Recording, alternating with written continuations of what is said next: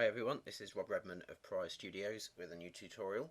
I thought it would be a wise idea and an interesting idea to show you all how it's possible to build a complete project in stages, and I thought we could go for a kind of architectural visualization type image, furnished like a basic room furnished with chairs and carpets and windows and objects, TVs maybe, all that sort of thing.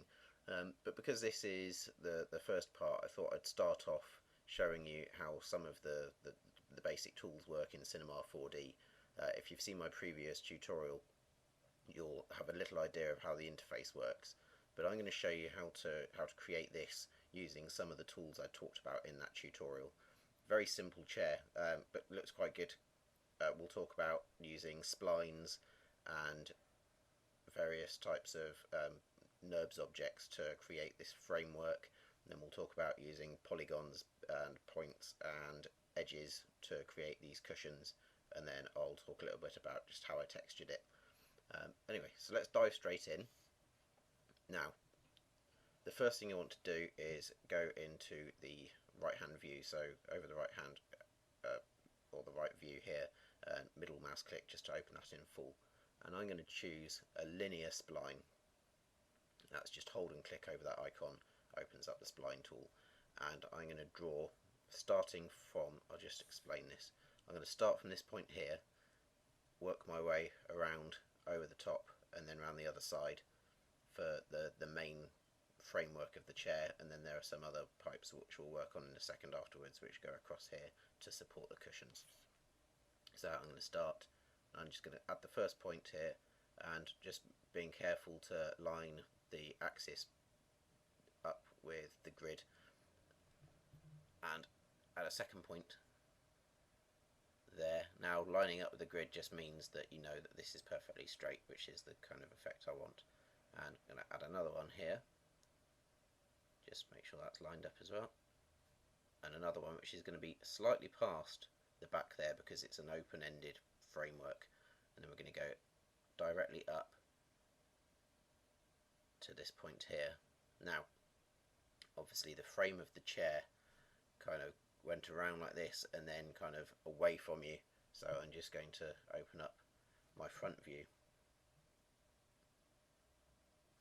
and add my next point. Actually, I'm just going to move that over. My next point is going to be here, just lined up on the grid like that.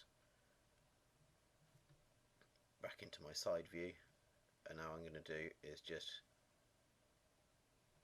follow the first side I've got to go back around so that we know that both sides are the same. I think just need to tweak that one a little bit because I overshot just slightly. And then a final point there. Hit the space bar to drop that tool. If we go into our perspective view, you can see now, if I just move this around, that's the option or alt key and left mouse button to just pan around my scene here. So you can see we've got this framework in place, but nothing here is going to render because this is just a path. There's no geometry involved here. But one thing I want to do is, at the moment this is all very square, so before I put this into a nurbs, I'm just going to do some editing on the points of this spline. So if you make sure your selection tool is on, go into point mode over here on the left, and I'm going to select this point, and this point, the same on the other side, and then these top two on the back. So I've got all my points selected apart from the two open ends. And I'm going to hit the V key, which brings up some menus here, and there's edit spline, and what we want is chamfer. So I'm just going to click in the screen and drag to the right, and what that is doing is creating a curve, which you can see here when I've zoomed in a little bit, just to smooth off the kind of the very corners. And I'm going to go into the attributes manager here, and we're going to try about 15. Actually, I'm going to make that a bit bigger. Let's say 22. Let's go a bit bigger again. We'll go for something really curvy. So we'll say 30. That looks about right. Hit the space bar to drop the tool, which it didn't. Okay, so I'm just going to deselect those points by clicking off the object. And if I just have a quick look around here, you can see all done, nice and smooth, no points missed. And because I selected them all at one time and used that tool on all of them, we know that they're all going to be that 30 meter radius on these. So the next thing to do is to go back into the spline palette, and we're going to, in this case, use a circle, but you can use whatever profile you want. That circle is obviously going to be too big because this is going to be the width of the tube frame. So I'm just going to go into object here, and I'm going to say that's probably going to be about 20. Looks about right. So we've got these two objects here. We've got a circle and a spline, and what we basically want to do is make this circle follow along the path of this frame spline that we drew, to give us actual geometry frame. So I'm going to click on the nurbs icon here, hold it down and wait until it drops. So you get these 6 options, and I'm going to choose a sweep nurbs, and then I'm going to highlight both of the splines that we've got and drop them underneath that sweep nurbs. Instantly you can see we've got our frame there. Doesn't look particularly nice though. That circle is too fat, or too wide the circle is, so the frame is too fat. So I'm just going to use the down arrow here to smooth that down, and I think 5 meters is probably good. So we now have a frame, and what I'm going to do now is just remember that the radius of that frame is 5 meters. So I'm going to click on the objects tab here, and I'm going to choose a cylinder, and I'm going to make the radius 2.5 meters because we want it to be 5 meters across to match the rest of the framework we've got. And I'm going to put that in the plus X, go to my top view, and I'm going to change the length of this to, let's start off by saying 400 meters, and I'm just going to move it to the center there and up the length till it gets where I want it to be. Now I want it to be slightly under, just so that this end of the cylinder doesn't quite reach the middle there, so it'll look a bit nicer when we render. And what I want to do next is to drag it to the front so that it's actually got something to attach to. I'm just going to zoom in there just so I can see what I'm doing. Okay, so let's bring that in. You know what, I'm going to make that a little larger. I'm going to make that 5 so it's the same, and I will bring it directly in there so that they intersect nicely. So we've got that one there, and now we want one for the back. Now what you can do is, I'm just going to drag this to the bottom of the the hierarchy. I'm going to control click and drag, which creates an exact duplicate, and I'm going to move that right to the back, which I can't see very well in this view, so I'm going to go back to my side view, hit the H button so you can see everything, and then I'm going to hit the S button just to make sure that this is exactly where I want it. And it's not, I need to go just slightly further to there, and we know that's right. Back into my perspective view, I'm going to create another one of these, which is control and drag the object, and I'm going to put this in the plus Z axis, back into my top view. I'm going to move this to there, and I'm going to decrease the height until it fits my scene like so, and just move it into place. Now I'm going to move that about a third of the way in, control drag in the object browser again, and just duplicate that and drag another one over to the side.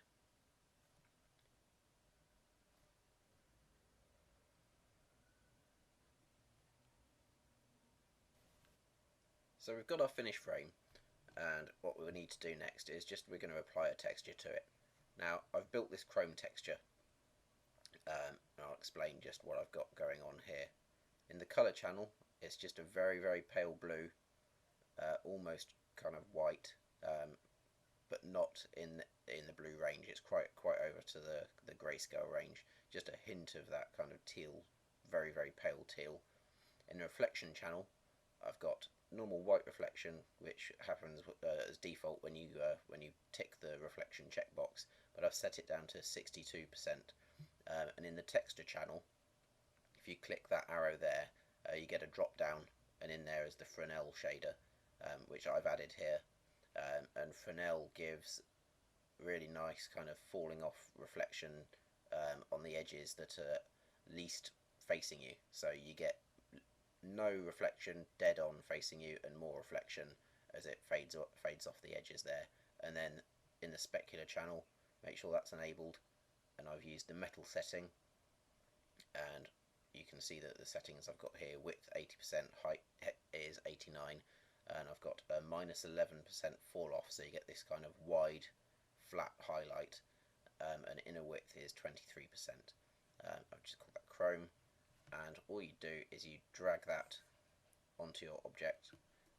Once you put it on one, you can actually, over here in the section of the objects manager, which shows you all your tags and materials, if you control click, you can just drag that and duplicate it yourself.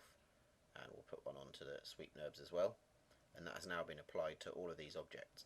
And just to tidy the scene up, I'm going to select all of those frame objects, hit Option or Alt G, which groups them all under a null, and I'm just going to double click the name in the object browser and call it frame. This is a good place to save your scene, so I'm just going to save this, and I'm just going to call it chair 001. I always number what I'm working on, just because then if you go back and revise this, the one with the highest number is the most recent, and it just saves you having to chop and change things. Just save things progressively, so when you've made a few more changes, if you change that and save it as chair 002, then you'll know kind of which stage you're up to. So I'm just going to save that to my desktop, and onto the cushions. So to start with the cushions, I'm going to come up here to the Object tab and create a cube, and make sure that over here you're not in point mode anymore, you're on object mode, and go into your top view, just sit that centrally over there, and I'm going to use the sliders here just to bring that into position. You'll probably find yourself going back and forward between the various views to get this just right. So that's obviously too tall. I'm just going to shrink that down to about there, and make sure it's sitting on top of your frame. Let's just highlight everything here. That was the H key, which frames everything in your scene in the view. So that's looking good. That's a start, but it's not very soft, it's not very round looking. But before we go into editing the polygons and making this an editable object, just in your attributes manager, click on the fillet button. We'll just zoom in a little bit so we can see what we're doing. I'm just going to hide the frame by double clicking the view button here. That's the hide the object from the view, and that's hide from the render. Now this filleting is much too much for me. I don't want it quite so much. I'm going to go to, let's say, 15 meters, and I only want 3 divisions. So you can see it's starting to soften up what's going on here, but not too much, and that's because we need the extra control in a few minutes. Now that's done, I can hit the C key or the Make Editable button up here, and this is now an editable polygon object. So we're going to go into edge mode, and I'm just going to zoom in slightly again just so you can see what I'm doing.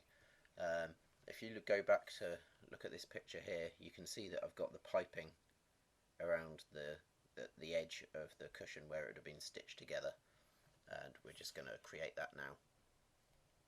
So with the selection tool there, and we're on edge mode, the cube is selected in the object browser. Now we don't want to go around, select that one and select that one and that. Oh no, I've gone and selected those. That's a long-winded way of doing it. So if you hit the V key and go to selection, loop selection, which you can also find up here in the menu under selection, and choose the edges you want to use. I'm going to go for this top loop here. That selected it. Hit the V key again, and in the structure menu you've got bevel. I'm going to bevel that edge just to give it a bit of width, like so. Hit the space bar to get rid of that. I'm going to go into polygon mode over here and hit the V key, selection, loop selection. I want to select that loop that we just made, like so. Hit the V key again, and I'm going to inner extrude it. Now I'm doing this inner extrude because when we use the smoothing options in a little while, that just gives a bit more definition by doing that. Hit the V key again, structure, and then extrude. And I'm going to extrude it out, and then again, just because I want to avoid problems with smoothing, I'm just going to do one more bevel, one more extrude on there. Okay, now it's looking quite good. It's still looking a little bit blocky, but you can kind of see where we're heading.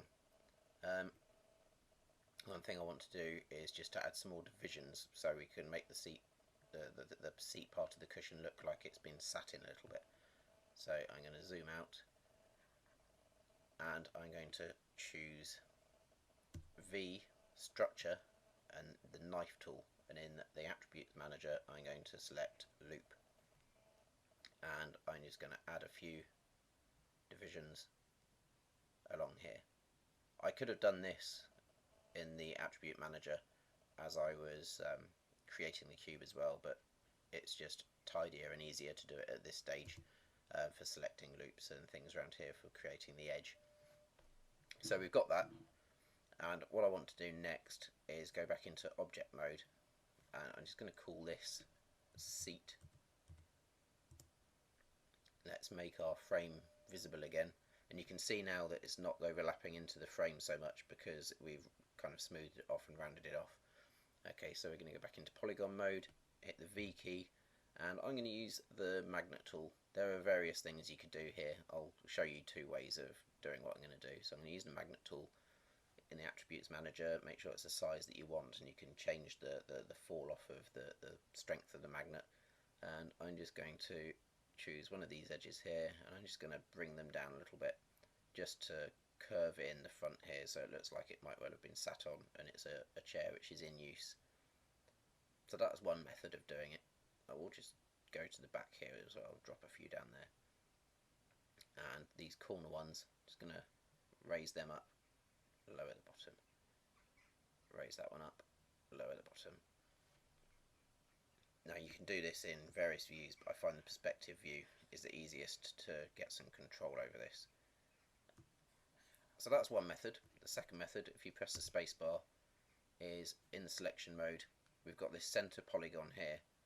I'm going to select that, and then in the live selection tool you've got various options. Now in mode I'm going to go to soft selection, and you can see that you've got this kind of yellow which is strong on the polygon you've selected, and it fades off to the normal grey a bit further away. So what I'm going to do is just going to increase that slightly, and then when you use the move tool on that polygon you can see that it kind of very gently pulls it down and affects the polygons around it a little, and the ones further away even less. So you've got this going on here, and I'm just going to move selection tool to there, do the same again, just move this down. So you can use either this tool or the magnet tool. Soft selection works on edges just as well as it does on faces, and also works on points. So that point there, we'll just dip that down, and that one, and that one. So now we have our seat cushion, and I'm going to just go back into object mode again, zoom out so we can see what we've got.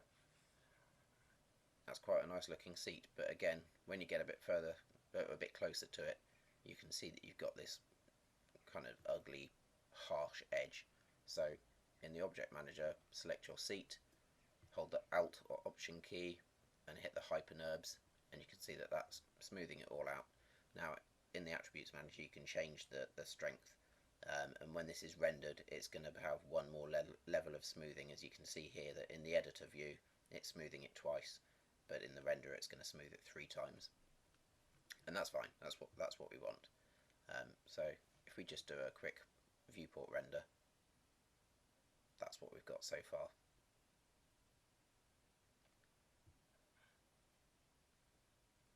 Okay, so we're getting there, and what we're going to do next is I'm going to switch off hyper nurbs here, which doesn't delete the object. You've still got the seat object there, but if you unclick that, then we're back to what we actually modelled ourselves. And I'm going to take this whole object, control click and drag to create a duplicate, and I'm going to call this one the back. Hit return to make sure that's done. Now you'll see that this is still unselected as a hyper nurbs, which is fine, that's what we want. And in object mode we're going to choose the rotate tool, and if you click on this red band here, which is the one you want, you can rotate it round. If you hold down the shift key, it does it in 5-degree increments, which makes life a lot easier. So I'm just going to go back into my side view, move that into position, and you'll find that this is going to be a bit too tall. So what I'm going to do is take my scale tool, which is the T key by the way, and I'm just going to size that down. It's possibly a touch too wide as well. You can just see that overlapping the frame there. So I'm going to go to there and back into polygon mode.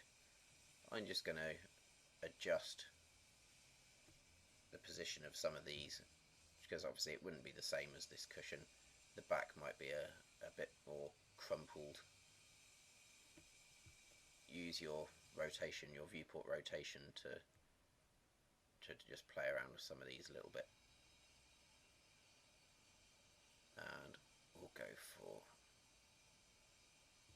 I'm just going to zoom in so I can see what I'm doing a bit better. That point there, we'll just lower that down. Deselect, go into object mode, switch your hyper nurbs back on and hit the H key so you can see what you've been working on. Have a look around it, see how you're feeling. It's looking rather good. Yeah, that's looking nice. Okay, so now it's time to texture these seats. Now you can, if you can find an image of maybe a piece of leather online, or better still, if you've got a digital camera, go out and take a photo of part of a leather sofa or a jacket maybe, and if you need to play with it in Photoshop, then do. Now this is going to be a tiled texture, so you can see on my image here, you can see the edge of the tile where I've tiled it around the object. Now I'm going to do a tutorial fairly soon on how to get rid of these using body paint, but we'll ignore that for this tutorial, because in a big scene you wouldn't notice that so much. But if you really want to be perfectionist about it, then there are ways about doing that. So in the color channel, you can click on the texture drop down here and go to load an image, choose the image that you want to use as your texture, and that loads it up into here. In reflection, I've got a reflection map. I've got very low amounts of reflection because leather is sometimes a tiny bit shiny, but it's not particularly reflective. So I've got 2% brightness on my reflection, and I added a Fresnel shader, which again is 2%, just to get that little fall off reflection that you get. These maps are all made based on that one texture from the color map, which is also a bump map. So the bump map the darker parts are the more recessed parts, and the paler parts will sit higher up, so the white parts would be your bumpiest bit. And in specular, I've got a plastic specular setting here with these settings: width 50, height 20, and fall off and inner width are both on 0. And in specular colour, I've got a specular colour map which works in a similar way. So the white is your kind of more specular area, your black is less, and grey everywhere in between. So we'll call this texture leather there, and we'll click out of it. And in our object browser, we're just going to drag that onto the back object and onto the seat object. Now, because we started off with one of the primitive cubes from the object browser, they've got UV tags, but you'll find that the UV tags, the way we've manipulated the polygons, they stretch your textures, which can be fixed by going into body paint, but you don't want this. This is kind of, because it's wrapping that texture around here, the proportions are so different, it just doesn't work. So we're going to choose that, and we're going to go to the projection mode, cubic, which wraps it evenly, but the texture is too big, so we're going to double that up, and we're going to say we'll tile that twice. And then for the back cushion, we'll go to the same, we'll do projection, cubic, 2 tiles, because they're very similar size. Oops. And there you have it. Now, just for the purposes of this tutorial, I'm just going to add a light over here, and I'm going to give it a soft shadow just because it looks a bit prettier, and I'm going to create a very quick floor, and I'll just make that huge, and just one huge polygon.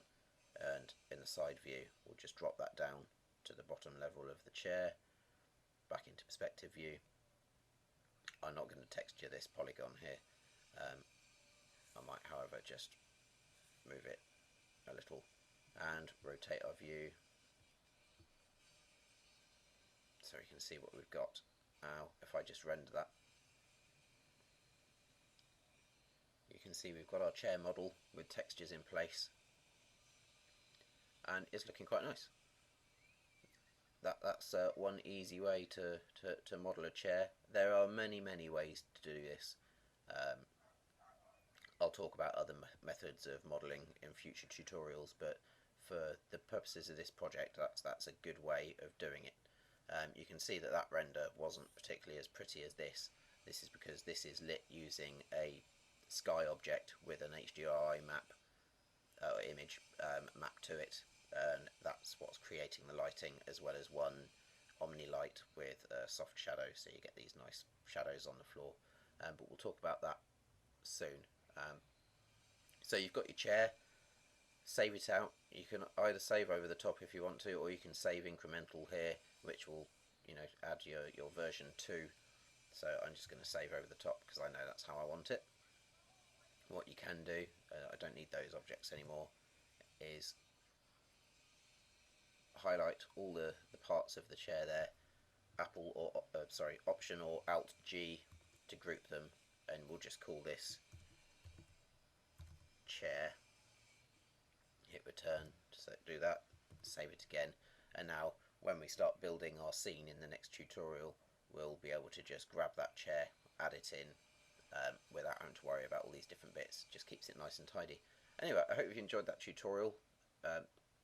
You've now got your first prop built. You've learned about splines and 2 different kinds of nurbs. You've got hypernurbs and sweep nurbs that you've now used, and you've talked about the magnet tool and soft selections. And in the next tutorial, we're going to start building the set for this. I'll speak to you soon. Thanks very much. This has been Rob Redman for Pariah Studios. Bye bye.